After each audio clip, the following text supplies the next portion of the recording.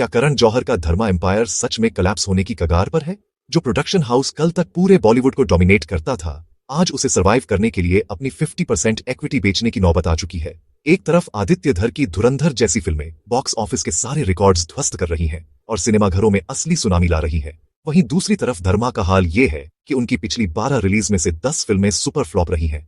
जहां धुरंधर जैसी फिल्म को देखने के लिए जनता खुद टिकट काउंटर्स पर लाइन लगा रही है, वहीं ब्रह्मास्त्र और रॉकी रानी जैसे धर्मा प्रोजेक्ट्स पर फेक कलेक्शंस और कॉर्पोरेट बुकिंग के सीरियस एलिगेशंस लग रहे हैं। आज सवाल ये है कि आखिर धर्मा का वो मैजिक कहां खो गया? क्या अदार पूनावाला की एंट्री इस डूबते जहाज को बचा पाएगी, या ये बॉलीवुड के सबसे विशाल साम्राज्य के अंत की शुरुआत है? कहानी शुरू होती है 1976 में। यश जौहर ने जब धर्मा की नींव रखी तो उनका विजन लार्जर देन लाइफ फिल्में बनाना था। 1980 की दोस्ताना ब्लॉकबस्टर रही, लेकिन उसके बाद धर्मा ने लगातार कई असफलताएं देखी। यहां तक कि 1990 की अग्निपथ, जिसे आज हम कल्ट क्लासिक मानते हैं, वो उस वक्त बॉक्स ऑफिस पर ढेर हो गई थी। असली टर्निंग पॉइंट आया 1998 में। करण जौहर ने कुछ कुछ होता है के साथ बॉलीवुड का टेस्ट ही बदल दिया। धर्मा मतलब विदेशी लोकेशन, डिजाइनर वार्डरोब और एक ऐसा रोमांस जिसकी चमक हर किसी को अपना दीवाना बना ले। 2000 के दशक में कभी खुशी कभी गम और कल हो ना हो जैसी फिल्मों ने धर्मा को सिर्फ एक कंपनी नहीं बल्कि एक ब्रांड बना दिया। उस वक्त धर्मा जो छूता था वो सोना बन जाता था। उस वक्त करण जौहर ऑडियंस की नब्ज पहचानते थे, लेकिन आज वो सिर्फ एल्गोरिदम और पीआर के भरोसे फिल्में बनाता है। धर्मा की बर्बादी की स्क्रिप्ट लिखी गई साल 2012 में। स्टूडेंट ऑफ द ईयर के साथ करण जौहर ने 3 नए चेहरों को पर्दे पर उतारा। फिल्म ब्लॉकबस्टर रही, लेकिन इसी कामयाबी ने करण को एक ऐसी लत लगा दी जिसने आगे चलकर धर्मा की फाउंडेशन को हिला दिया, और वो लत थी नेपो लॉन्चिंग पैड बनने की। करण अब एक फिल्म मेकर से ज्यादा खुद को एक ब्रांड मैनेजर समझने लगे थे। उन्होंने आलिया भट्ट के रूप में एक सुपरस्टार तो दिया, लेकिन उसके बाद धर्मा फिल्में बनाने के बजाय एक ऐसी फैक्ट्री बन गया जहां सिर्फ स्टार किड्स की फिनिशिंग होती थी। नतीजा, सिनेमा पीछे छूट गया और धर्मा की क्रिएटिविटी का दम घुटने लगा। दोस्तों, ईमानदारी से बताना, क्या आप आज भी किसी फिल्म के पोस्टर पर धर्मा का लोगो देखकर एक्साइटेड होते हैं? धर्मा प्रोडक्शंस के साथ जो हो रहा है वो अचानक नहीं हुआ।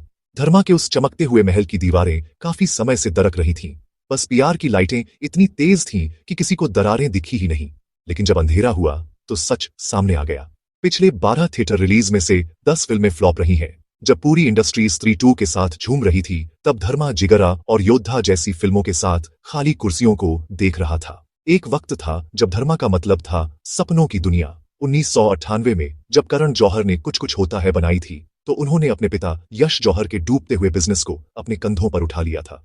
वो एक मिडिल क्लास विजनरी डायरेक्टर का अपनी लेगेसी बचाने का जुनून था। यश जी ने अग्निपथ जैसी फिल्म में अपना सब कुछ लगा दिया था, और जब वो फ्लॉप हुई, उस एक असफलता ने जौहर परिवार को अपनी निजी संपत्ति तक बेचने पर मजबूर कर दिया। उस वक्त करण के पास खोने के लिए कुछ नहीं था, सिर्फ एक विजन था। लेकिन आज जब उनके पास सब कुछ है, तो शायद वही विजन कहीं खो गया है। लेकिन धर्मा लगातार फ्लॉप के बाद पैसा कमा कहां से रहा था? धर्मा की बैलेंस शीट को करीब से देखें तो एक चौंकाने वाला सच सामने आता है। करण जौहर ने समझ लिया था कि उनकी अपनी कहानियां अब नहीं चल रही, इसलिए उन्होंने एक शातिर मिडलमैन की भूमिका अपनाई।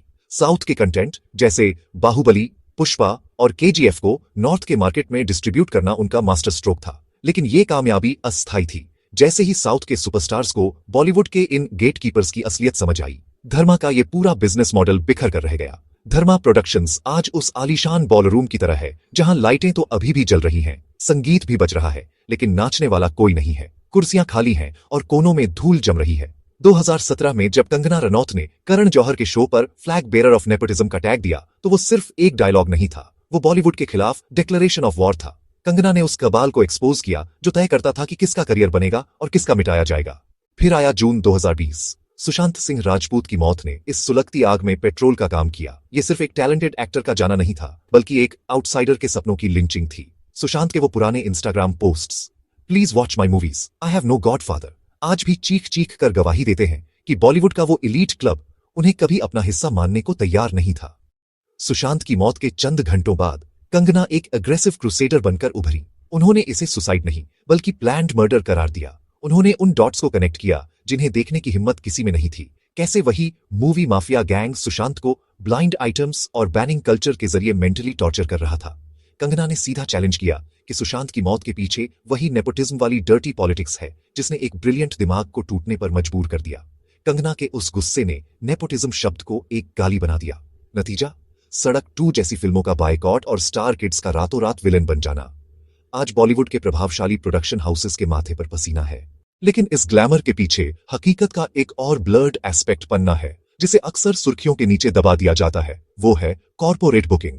इंडस्ट्री में ये चर्चा आम है कि ब्रह्मास्त्र और रॉकी और रानी जैसे प्रोजेक्ट्स को हिट का टैग दिलाने के लिए पर्दे के पीछे कितनी मशक्कत की गई थी। आरोप तो ये भी है कि थिएटर खाली थे, लेकिन बुकिंग वेबसाइट पर टिकट सोल्ड आउट दिखाए जा रहे थे। बल्क में टिकट खरीदे गए, सोशल मीडिया पर फर्जी हाइप बनाई गई। लेकिन लॉजिक लगाइए, अगर ये फिल्में वाकई 400-500 करोड़ कमा रही थीं, तो कंपनी का प्रॉफिट 95% गिरकर सिर्फ 59 लाख पर कैसे आ गया? सच तो यह है कि धर्मा एक अर्बन बबल में कैद है। वो ऐसी फिल्में बना रहे हैं जो सिर्फ बांद्रा और जुहू के कैफे में बैठकर डिस्कस की जा सकती है। सेल्फी या बैड न्यूज जैसी फिल्में इंडिया के उस हिस्से से कनेक्ट ही नहीं करती जो स्त्री 2 में अपनी मिट्टी की खुशबू ढूंढ रहा है। दशकों तक जो करण जौहर यह तय करता था कि बॉलीवुड में कौन कदम रखेगा और कौन बाहर जाएगा, आज वक्त का पहिया ऐसा घूमा कि उसे अपना वजूद बचाने के लिए एक बाहरी के आगे हाथ फैलाने पड़ रहे हैं। जो कल तक इंडस्ट्री का भाग्य विधाता था, आज उसे अपनी दबदबा बचाने के लिए एक आउटसाइडर की शरण लेनी पड़ रही है। हैरानी की बात देखिए, जिनके एक कॉल पर कल तक ए लिस्टर्स की कतार लग जाती थी, आज उन्हें अदार पूनावाला के साथ समझौता करना पड़ा ताकि धर्मा की डूबती नया को सहारा मिल सके। ये बॉलीवुड के उस अल्टीमेट किंगमेकर का सबसे शांत लेकिन सबसे दर्दनाक आत्मसमर्पण है जिसकी सल्तनत में कभी सूरज नहीं डूबता था। अदार पूनावाला का धर्मा में आना कोई दोस्ती वाली डील नहीं है। पूनावाला एक प्योर बिजनेसमैन है। उन्हें लार्जर देन लाइफ सपनों से मतलब नहीं है, उन्हें सिर्फ रिटर्न ऑन इन्वेस्टमेंट से मतलब है। अब करण जौहर अपनी मर्जी से अपने दोस्तों के बच्चों को लॉन्च नहीं कर पाएंगे। अब हर स्क्रिप्ट, हर बजट और हर कास्टिंग पर एक इन्वेस्टर की ठंडी और बेरुखी भरी नजर होगी। ये उस एलीट क्लब का अंत है जहां सिर्फ सरनेम देखकर काम मिलता था। धर्मा अब एक क्रिएटिव स्टूडियो से ज्यादा एक फाइनेंशियल एसेट बन चुका है। धर्मा ने सालों तक अपने चारों तरफ एक ऊंची दीवार बना रखी थी जिसे पार करना किसी आम इंसान के लिए नामुमकिन था। आज उस दीवार के दरवाजे खुद करण ने खोल दिए हैं, क्योंकि अंदर अब ऑक्सीजन खत्म हो रही थी। 2024 के फाइनेंशियल नंबर्स चौंकाने वाले हैं। धर्मा ने लगभग 427 करोड़ रुपए फिल्मों में लगाए और रिकवरी हुई सिर्फ 169 करोड़ की, यानी सीधा सीधा 258 करोड़ का नुकसान। योद्धा और जिगरा जैसी फिल्मों ने यह साबित कर दिया कि ऑडियंस अब स्मार्ट हो चुकी है। उन्हें अब सिर्फ धर्मा का लोगो देखकर बेवकूफ नहीं बनाया जा सकता। धर्मा की असली गिरावट सिर्फ फ्लॉप फिल्में नहीं, बल्कि ऑडियंस से टूटा हुआ उनका इमोशनल डिस्कनेक्ट है। करण जौहर जिस इंडिया की बात करते हैं, वो उनके स्टूडियो की दीवारों के बाहर दम बिखर जाता है। ऑडियंस अब उनकी बेची हुई प्लास्टिक लग्जरी से थक चुके हैं। उन्हें अब इंस्टाग्राम फिल्टर वाली चमक नहीं, बल्कि अपनी मिट्टी की हकीकत और रूह को छूने वाली कहानियां चाहिए। आज की ऑडियंस मैडॉक फिल्म्स की कहानियों में खुद को ढूंढती है, जहां दिनेश विजन ने स्त्री और मुंजिया जैसी फिल्मों के जरिए साबित कर दिया कि भारत की असली नब्ज चंदेरी और बुंदेलखंड की गलियों में सांस लेती है, न कि लंदन के किसी आलीशान बंगले में। वहीं आदित्य धर जैसे फिल्म मेकर्स ने यह सिखाया कि कैसे धुरंधर जैसी फिल्म से बिना किसी बनावटी चमक धमक के पूरे देश का खून खौलाया जा सकता है। इंडिया को अब धर्मा का एलीट बबल नहीं, बल्कि मैडॉक की मिट्टी वाली हकीकत और आदित्य धर जैसी ईमानदार कहानियां चाहिए। धर्मा अब शायद सरवाइव कर जाए, पूनावाला का पैसा उसे डूबने से बचा लेगा, लेकिन वो रुतबा शायद कभी वापस नहीं आएगा। करण जौहर अब वो आजाद पंछी नहीं रहे जो अपनी मर्जी से फैसले ले सके। तो आपका क्या सोचना है? क्या धर्मा अपना खोया हुआ मुकाम फिर हासिल कर पाएगा, या ये एंड ऑफ एन ईरा है? कमेंट्स में अपनी राय जरूर दें। ऐसी ही और बॉलीवुड इनसाइड स्टोरीज के लिए चैनल को सब्सक्राइब करें। अपना समय देने के लिए बहुत बहुत शुक्रिया। जय हिंद।